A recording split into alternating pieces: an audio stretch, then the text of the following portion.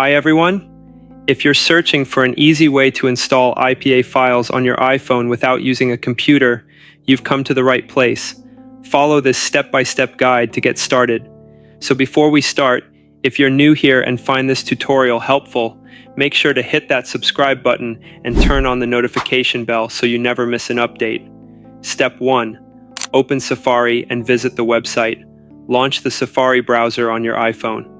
Navigate to the website wangchi.com. So if you're unfamiliar with it, don't worry, just follow along with the instructions. Step 2. Install the DNS profile. Look for the DNS icon on the website and click it. Tap Download to get the DNS profile.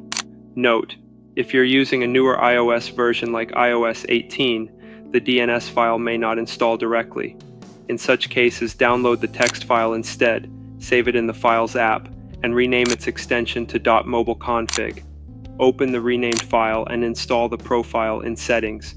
Enter your device password and tap Install. Step 3. Select and download the installer link. Go back to the website and choose a design installer link. Start with the first link. If it doesn't work, try the next one. Tap the link, wait for the short link to load, and click Get Link. Download and install the app. If you see an error like Unable to install, try using another link. Step 4. Verify the installation. If you see an untrusted developer warning, it means the app has installed successfully. To verify, go to Settings greater than General greater than VPN and Device Management and click Trust. For iOS 18 users, allow the changes and restart your device before proceeding. Step 5. Import certificates. To install IPA files, you need to import a certificate. Download the certificate from the website and save it to your Files app. Open the app, e.g. Assign, tap the three dots at the top, and select Import Certificate. Locate and import the downloaded certificate. Step 6.